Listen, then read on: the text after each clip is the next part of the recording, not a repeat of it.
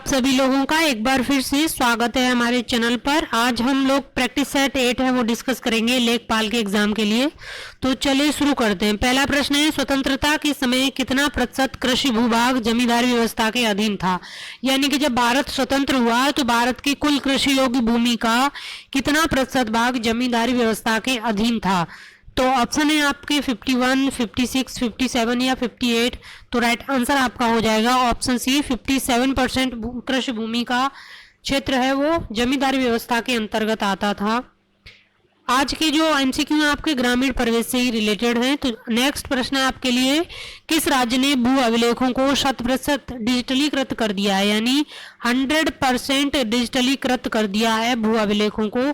तो वह राज्य कौन सा है, तो वह राज्य आपका उड़ीसा। ऑप्शन ए इसमें राइट आंसर हो जाएगा। दूसरा राज्य जो है वो है कर्नाटक, जो कि ऑप्शन में दिया नहीं गया है। कर्नाटक ने भी अपने सभी भू अभिलेखों को डिजिटलीकृत कर दिया है। नेक्स्ट प्रश्न है आपके लिए, राजस्व अनुभाग 8 का संबंध किससे है। तो राजस्व अनुभाग 8 का संबंध है वो चकवंदी से है। ऑप्शन सी यहाँ पर राइट आंसर हो जाएगा, चकवंदी। नेक्स्ट प्रश्न है, कृषि संबंधी विपदाओं से संबंधित सूचनाओं को इकट्ठा करना राजस्व के किस अनुभाग का हिस्सा है।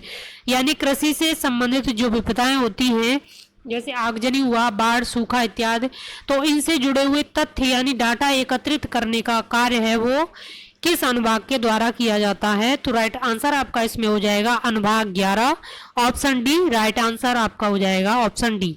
नेक्स्ट प्रश्न है, मिश्रित खेती से आशय है। तो मिश्रित खेती से क्या मतलब होता है। खेती के कई प्रकार होते हैं।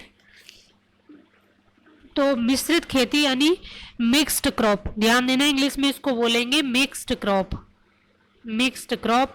तो मिक्स्ड क्रॉप का आशय क्या हो जाएगा, यहाँ दो फसलों को एक साथ उगाना, फसल उगाने के साथ साथ पशुपालन, मत्स्य पालन इत्यादि करना, या दोनों, या इनमें से कोई नहीं।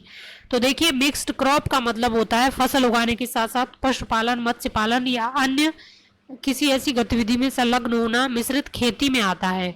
दो टर्म हैं जो इम्पोर्टेंट है, एक तो मिक्स्ड क्रॉप हो गया और दूसरा है मिश्रित फसल, यानी मिश्रित खेती और मिश्रित फसल।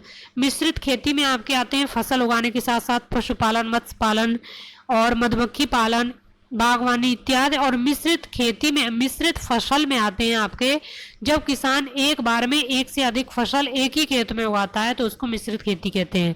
यानी एक ही खेत में दो फसल एक साथ उगा देना उसको बोलते हैं मिश्रित फसल।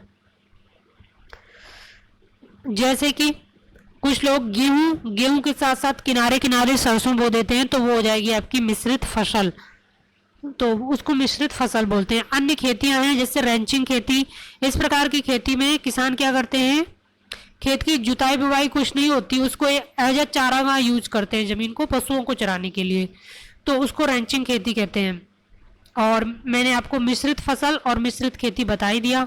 और शुष्क खेती, यहाँ पर पानी की बहुत कमी होती है, यानी 50 सेंटीमीटर से कम वर्षा वाले इलाकों में बिना सिंचाई के साधनों के खेती करना। जैसे कि राजस्थान में सरसों की फसल, वहाँ पे सरसों में एक भी पानी नहीं दिया जाता है, केवल बुआई की जाती है और सरसों बिना पानी के ही पक जाती है, तो ये शुष्क खेती के अंतर्गत आता है। और एक और दो खेती है जैसे पूंजीवादी खेती, तो समाज के पूंजीपतियों के पास, यानी समाज में जो बड़े पैसे वाले लोग हैं उनके पास बड़े बड़े भूखंडों में खेती किया जाना, और या फिर सरकार उस जमीन का आवंटन करके पूंजीपति उसे आवंटन में उसे खुद बिडिंग के तहत खुद लें और उस पर खेती करें, तो ये पूंजीवादी खेती में आती है। संयुक्त खेती क्या होती है, दो या दो से अधिक किसान आपस में साझेदारी करें संसाधनों के आधार पर, तो वो आपकी संयुक्त खेती में आती है। ये खेती से रिलेटेड महत्वपूर्ण टर्म थे और यहाँ से सवाल आने की आपके एग्जाम में पूरी संभावना है। तो नेक्स्ट अगला जो टेस्ट है आपका रहेगा वो भी, और ये सीरीज आपके लिए जारी रहे तो आप इसको जरूर देखते रहें।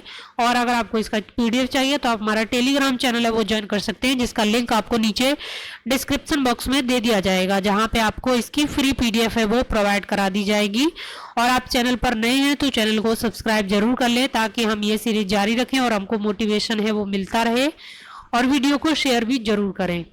Thank you.